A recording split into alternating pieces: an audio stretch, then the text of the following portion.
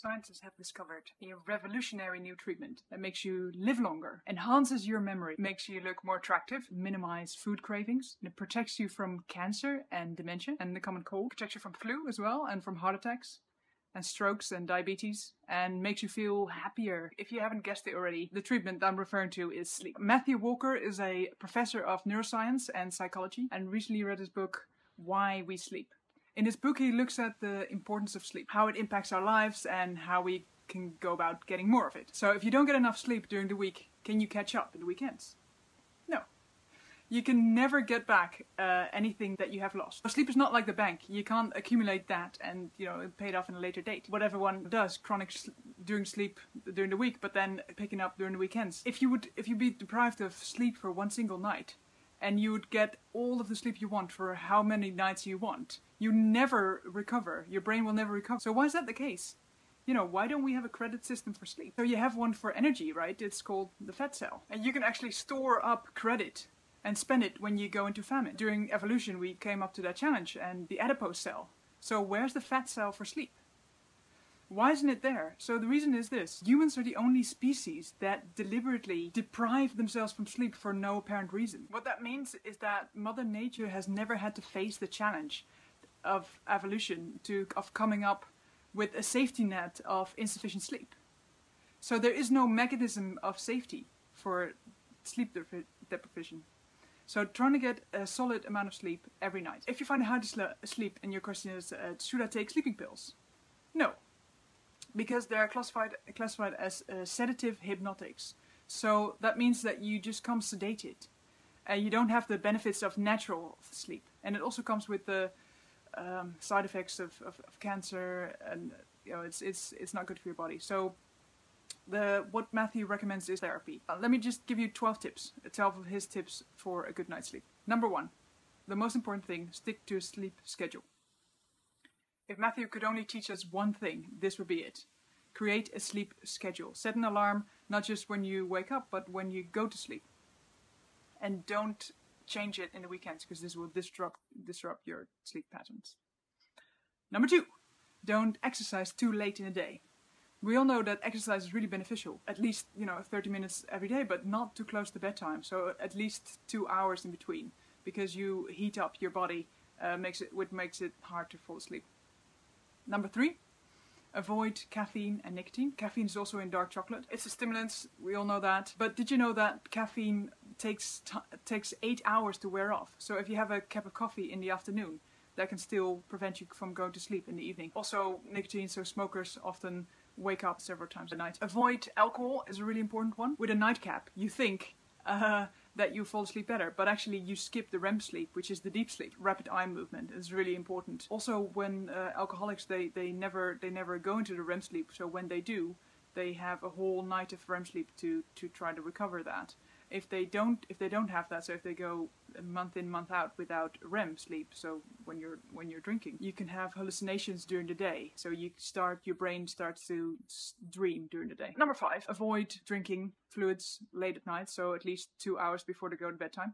Large meals don't help. Don't eat too close to bedtime, and don't eat too far away from bedtime either. Number 6. Avoid medicines that delay falling asleep, some, over the counter or your doctor, and just check with the doctor if you can maybe can take it in the morning, so that avoid any interference with your sleep. Then don't nap after 3 p.m. Nap is great and it's very beneficial. However, if it's too late in the day, it will affect your sleep at nighttime. Number 8. So take time to relax before bed is really important. So wear an eye mask whilst listening to an audiobook or a meditation. Also realize with eye masks, the light can still be observed by your skin. So even if you're wearing an eye mask and you're sleeping during the day, your skin takes up the light. Number 9, take a hot bath before you go to bed. It's not so much that you warm up your body, but you need to be a lot colder when you're sleeping. When you go in the bath, all the capillaries open, and then you cool down quicker when you get out of the bath. Number 10, make sure it's dark bedroom, gadget-free bedroom, and cool. No gadgets, no phone, no television, no clock. If you have a clock there, just turn it the other way. Number 11, make sure you have at least 30 minutes of sunlight a day. 12, don't stay in bed if you can't sleep. If you've been in bed for 20 minutes, so you're only sleeping and other things in bed. If you're not doing that, then make sure you're not in the bed so that your brain can associate that. Do some meditation or reading, and then when you're sleepy again, go back to bed. What Matthew learned in the last 30, 40 years, all stages of sleep are important. And when you think about sleep as a state, it makes no sense. You're so vulnerable for predators when you're sleeping. You're not finding food, you're not finding a mate, you're not reproducing, you're not caring for your offspring. So any of those grounds, sleep should be strongly recommended against. It's almost idiotic. If sleep wouldn't be absolutely vital, it would have been the biggest mistake that evolution ever made. Sleep is really important for understanding things, to learning, but also to learning skills, and especially sleep after you study something. It's critical for athletic performance. Practice does not make perfect, but practice with sleep is what makes perfect. When you come back after you've slept, you're 20 to 30% better than where you were at the end of the practice session the day before. So sleep is the greatest legal performance enhancing drug that most people are probably neglecting in sport. Usain Bolt sleeps 8 to 10 hours per night, and he's not alone. Roger Federer sleeps 10 to 12 hours. LeBron James, basketball player, he gets 12 hours of sleep at night. It's less dangerous also for your health in the sense of car accidents, because it's safer to drink and drive than to be tired when drive, because when you're drunk your reactions slow down. But if you're tired, you have micro dreams with your eyes still open where you don't react at all. Also with health, men who sleep 5 to 6 hours a night have smaller testicles than those that sleep 8 hours or more. In addition, men who routinely sleep 5 to 6 hours a night will have a lesser level of testosterone. That's adequate, that's the same as somebody who's 10 years their senior. So lack of sleep ages you by a decade in that aspect. And that critical aspect. And the same equivalent in females, in reproductive health with less sleep.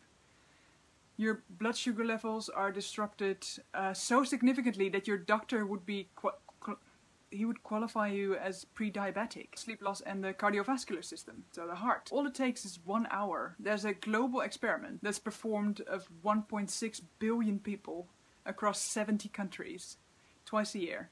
And it's called daylight saving time. In the spring, when we lose 1 hour of sleep, we see a subsequent 24% increase in heart attack. In the fall, when we gain an hour of sleep, we see 21% increase of heart attacks. So the more you sleep, the less heart attacks you get. Your body's so fragile to even 1 hour of difference. Sleep and immune system, for instance, natural killer cells. Think of natural killer cells like the secret servant agents of your immune system. They're very good at identifying dangerous foreign elements and eliminating them. They destroy cancers, tumors. Many of you may not know, but today your body produced cancer cells. And it's always doing this. And what stops those cancer cells from becoming a disease that we call cancer is in part these natural killer cells. So what you want is a set of these immune assassins at all times. And sadly, that's exactly what we don't have if you're not sleeping enough. When you have your sleep deprived from an entire night, you simply don't have your sleep restricted to 4 hours for one single night. And then what is the percent reduction of immune? It's not small, it's not 10%, it's not 30%. There was a 70% drop in natural killer cell activity. So that's quite a concerning state, especially when people go to hospital and they can't sleep so well there because of the noise. It happens quickly and it's just one bad night. Imagine the state of your immune system after weeks, if not months of insufficient sleep. It may not come as a surprise to learn that we now have significant links between short sleep and numerous forms of cancer. Cancer of the bowel, cancer of the prostate, cancer of the breast. In fact, the link between a lack of sleep and cancer is now so strong that recently the World Health Organization has qualified it as any form of nighttime shift work a probable carcinogen. So you may have heard of that maximum you sleep when you die. Absolutely seriously, it's mortally bad advice. Because if you adopt that mindset, that you will now live a shorter life with the worst quality. Short sleep predicts a shorter life. And the bad news keeps coming. So even if you're not fighting cancer and you already have it, when you sleep less, the growth of that cancer is so much more quickly and so much more aggressively. It's just quite scary. Get some orange glasses. These were the main key tips that I got from the book. Thank you very much for listening and have a productive day and sleep well.